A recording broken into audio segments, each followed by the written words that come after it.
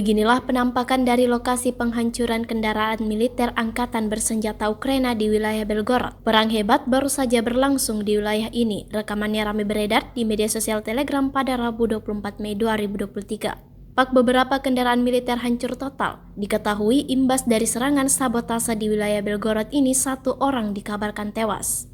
Wanita yang juga merupakan istri dari prajurit yang tewas itu juga dikabarkan alami luka-luka. Saat ini ia dirawat di rumah sakit. Gubernur wilayah tersebut menyampaikan bela sungkawa kepada kerabat dan teman pria tersebut dan meyakinkan bahwa pihak berwenang akan memberikan semua bantuan yang diperlukan. Insiden ini menyita perhatian warganet. Beredarnya video ini menuai beragam komentar dari warganet.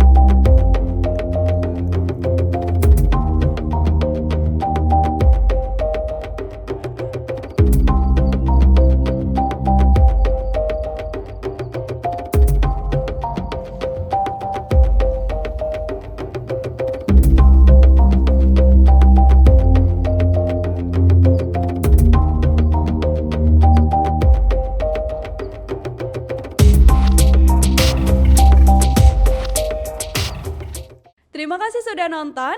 Jangan lupa like, subscribe, dan share ya.